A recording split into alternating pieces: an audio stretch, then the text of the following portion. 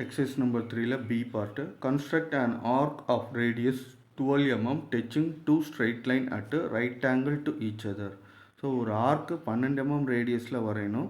அது வந்து ரெண்டு ஸ்ட்ரைட் லைனை டச் பண்ணிகிட்டு இருக்கணும். அந்த ரெண்டு ஸ்ட்ரைட் லைனும் ரைட் ஆங்கிளில் இருக்குது அப்படின்னு சொல்லி கொடுத்துருக்காங்க. ஸோ ஃபஸ்ட்டு நான் என்ன செய்கிறேன், ஒரு லைன் வரைகிறேன்.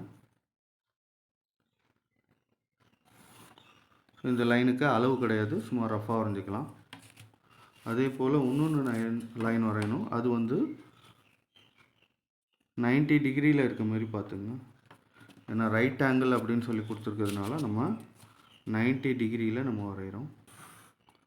ஸோ இன்னொன்று லைன் வரைஞ்சாச்சு. இந்த பாயிண்ட் பேர் ஓன்னு நான் நேம் பண்ணிக்கிறேன். இந்த பாயிண்ட் வந்து ஏ, இந்த பாயிண்ட் வந்து பி அப்படின்னு சொல்லிட்டு கொடுத்துருக்கேன். அடுத்தது வந்து 12 mm ரேடியஸில் வரைய சொல்லியிருக்காங்க. ஸோ அப்போ 12 mm தள்ளி நான் என்ன செய்கிறேன், ஒரு ரஃப் லைன் ஒன்று போட்டுக்கிறேன். இங்கேருந்து 12 mm தள்ளி ஒரு மார்க் பண்ணிக்கிறேன்.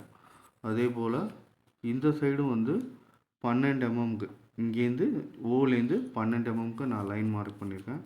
ஸோ லைன் மார்க் பண்ணி ஸ்ட்ரைட்டாக ஒரு லைன் போட்டுங்க. இந்த லைன் லைட்டாக வரைஞ்சிங்க.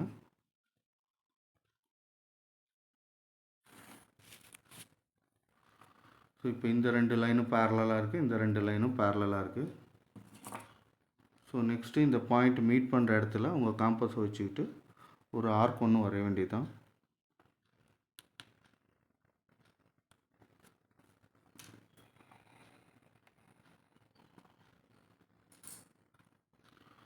ஸோ இதோட ரேடியஸ் வந்து நமக்கு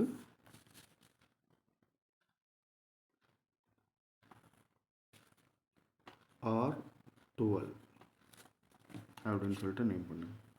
ஸோ இதான் வந்து 12 mm ரேடியஸில் நம்ம ஒரு ஆர்க் வரைஞ்சாச்சு. இந்த ஆர்க்கானது ரெண்டு ஸ்ட்ரைட் லைன் பெர்பெண்டிகுலராக இன்டர்செக்ட் பண்ணுற ரெண்டு ஸ்ட்ரைட் லைனுக்கு காமனாக வரைஞ்சாச்சு.